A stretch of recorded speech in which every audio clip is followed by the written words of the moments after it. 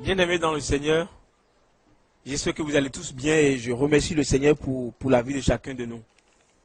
Dieu fidèle, nous bénissons ton nom, merci pour nos vies. Merci de nous parler encore ce matin et de nous faire du bien pour ta gloire. Au nom de Jésus. Amen. J'ai ce privilège de partager avec nous ce matin une portion des Saintes Écritures et nous allons lire dans Josué le chapitre 1 à partir du verset 8. Je lis. Que ce livre de la loi ne s'éloigne point de ta bouche. Médite-le jour et nuit pour agir fidèlement selon tout ce qui y est écrit. Car c'est alors que tu auras du succès dans tes entreprises, c'est alors que tu réussiras. Amen. Quand c'est Dieu qui parle, toute bouche reste fermée.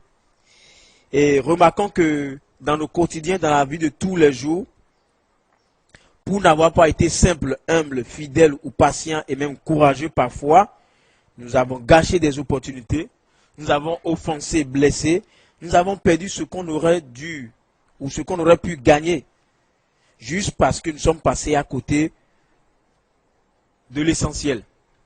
Et je vais parler ce matin du mode d'emploi. Mon titre c'est « Reconsidérons le mode d'emploi ». Je dis mode d'emploi parce que nous sommes des créatures de Dieu. Et comme toute création, c'est comme par exemple les machines et tout, il y a dans le paquet, même dans le carton de tout appareil, le mode d'emploi, les recommandations et les prescriptions du concepteur pour pouvoir faire bon usage de l'appareil que vous avez acheté et pouvoir garder cet appareil aussi longtemps que possible. Et de même, Dieu, pour nous avoir créé également, je fais une analogie, Dieu a mis sur nous un mode d'emploi sur la créature. Et le mode d'emploi de la vie de la créature de Dieu, que nous sommes nous les hommes, c'est la Bible, c'est le livre saint, c'est les Saintes Écritures.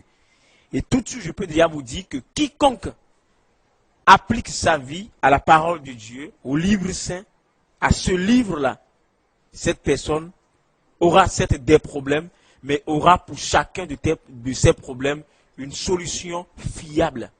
Parce que la Bible étant le mode d'emploi, elle répond à tout besoin de l'humanité. Nous pouvons noter juste cette déclaration-là. La Bible, en passant, ce n'est pas le livre humain qui parle aux hommes. Je crois que c'est plutôt le livre de Dieu, mais qui parle aux hommes. Si nous la considérons, elle aura effet dans notre vie et elle nous fera du bien. Il est écrit du verset 8 au verset 9. Que ce livre de la loi ne s'éloigne point de ta bouche. Médite-le jour et nuit pour agir fidèlement, selon tout ce qui est écrit.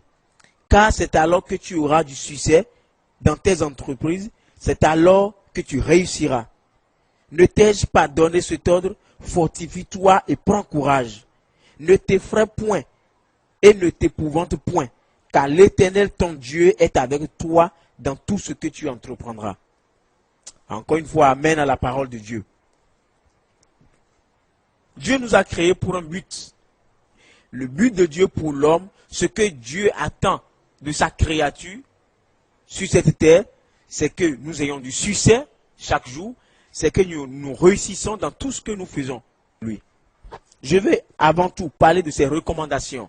Et là, nous voyons clairement que c'est des recommandations que Dieu fait à Josué afin qu'il puisse mener bien son appel, la marche qu'il a fait sur cette terre devant Dieu, pour la gloire de notre Dieu. Par rapport à ces recommandations dans le verset 8, c'est ce qu'on a lu. Ne t'éloigne point de la parole de Dieu, que ce livre ne s'éloigne point de ta bouche. Médite-le jour et nuit. C'est des recommandations fermes que Dieu donne. Aussi, nous le savons bien que lorsque nous manquons de fermeté, la familiarité s'installe et nous pouvons passer à côté des choses précieuses, des choses importantes, sans même se rendre compte. Mais Dieu fait ces recommandations pourquoi? Afin que, il dit, pour agir fidèlement, selon tout ce qui est écrit. Dieu nous donne des recommandations, il nous donne sa loi, sa parole, ses principes, afin que nous puissions les mettre en pratique. Donc Dieu nous donne des recommandations, afin que nous puissions les pratiquer. Et le résultat qui découle de ça, les fruits qui sortent de ça, c'est que nous puissions avoir du succès dans nos entreprises.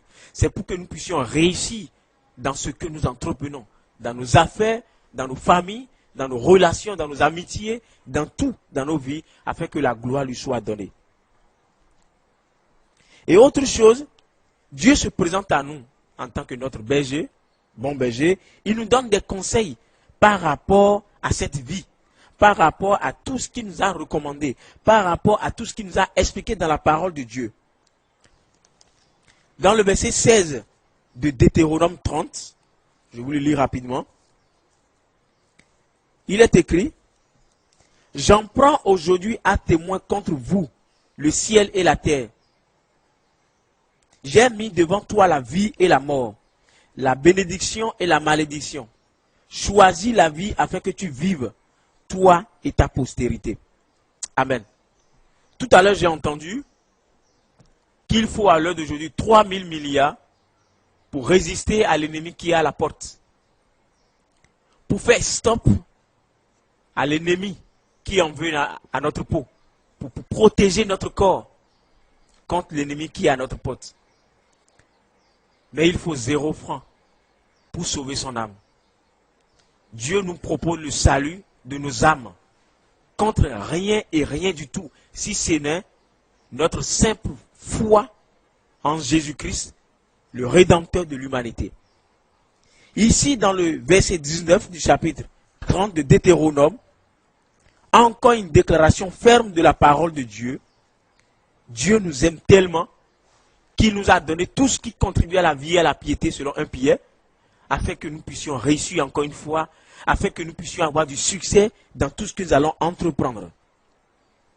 C'est intéressant de voir que Dieu, le maître de tout, le créateur de tout, le tout-puissant, il laisse à l'humain le choix de choisir, encore une fois, la liberté de choisir ce qu'il veut vivre afin d'obtenir succès et réussite. Dans le verset 16, c'est ce que nous venons de lire. Dans le verset 16, je remonte un peu en arrière. Car je te prescris aujourd'hui d'aimer l'Éternel ton Dieu, de marcher dans ses voies et d'observer ses commandements, ses lois et ses ordonnances, afin que tu vives et que tu multiplies et que l'Éternel ton Dieu te bénisse dans le pays dont tu vas entrer en possession. Dieu nous a réservé des choses.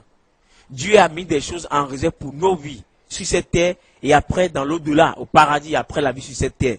Mais revient à nous autres de faire le choix, de marcher selon les recommandations du Dieu Tout-Puissant, d'appliquer notre vie à marcher avec lui afin d'obtenir toutes ces merveilleuses choses que Dieu nous a réservées.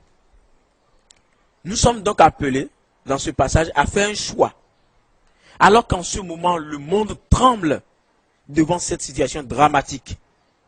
Nous sommes appelés à faire un choix, à mettre notre confiance en l'Éternel, le Dieu des armées, à nous appuyer sur les promesses de Jésus-Christ, notre Seigneur et Sauveur personnel, à nous attendre à Dieu et à nous approprier ces promesses-là, le jour comme la nuit.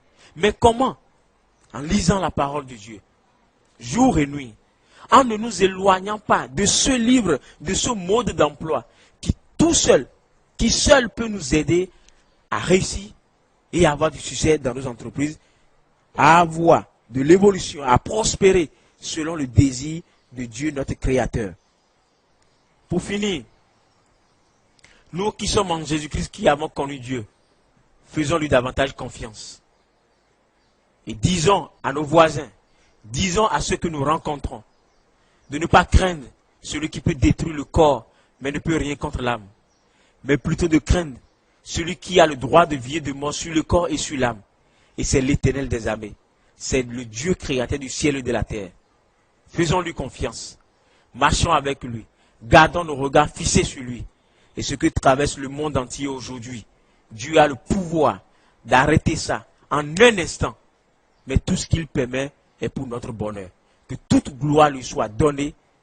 Et marchons en confiance en l'Éternel au nom de Jésus. Amen.